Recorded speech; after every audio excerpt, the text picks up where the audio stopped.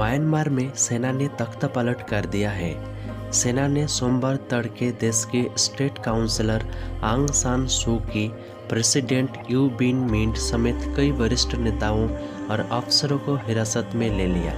Myanmar की राजधानी नेपिता और मुख्य शहर यांगून में सड़कों पर सैनिक मौजूद हैं। देश में अगले 1 साल के लिए आपातकाल लगा दिया। सेना के टीवी चैनल ने बताया कि मिलिट्री ने देश को कंट्रोल में ले लिया है।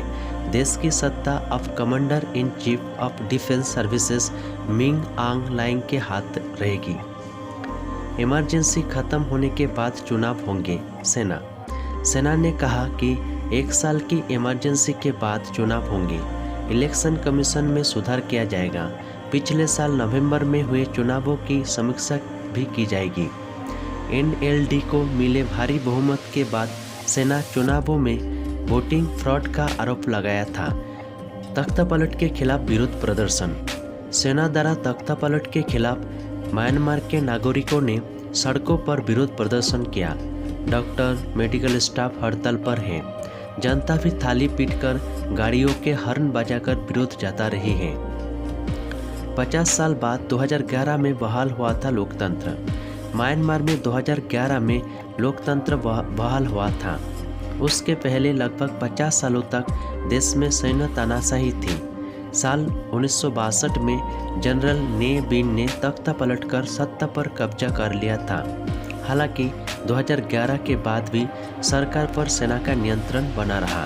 तख्ता पलट क्या मकसद? सू की पार्टी ने विवादित दस्तावेज में बदलाव का वादा किया था।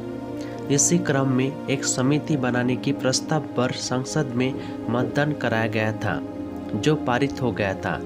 इससे सेना को लगा कि उसका नियंत्रण अब खत्म हो सकता है, इसलिए तख्तापलट किया।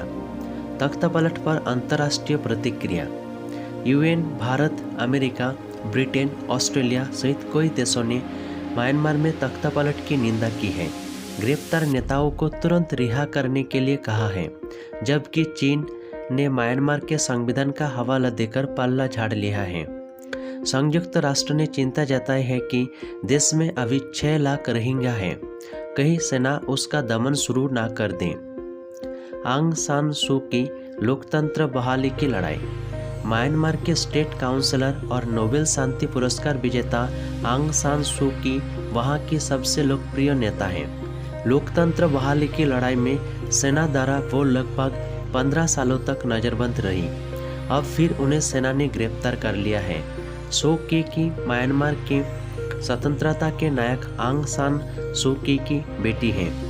1948 में ब्रिटिश से आज़ादी मिलने के कुछ महीनों पहले ही उनके पिता की हत्या कर दी गई थी।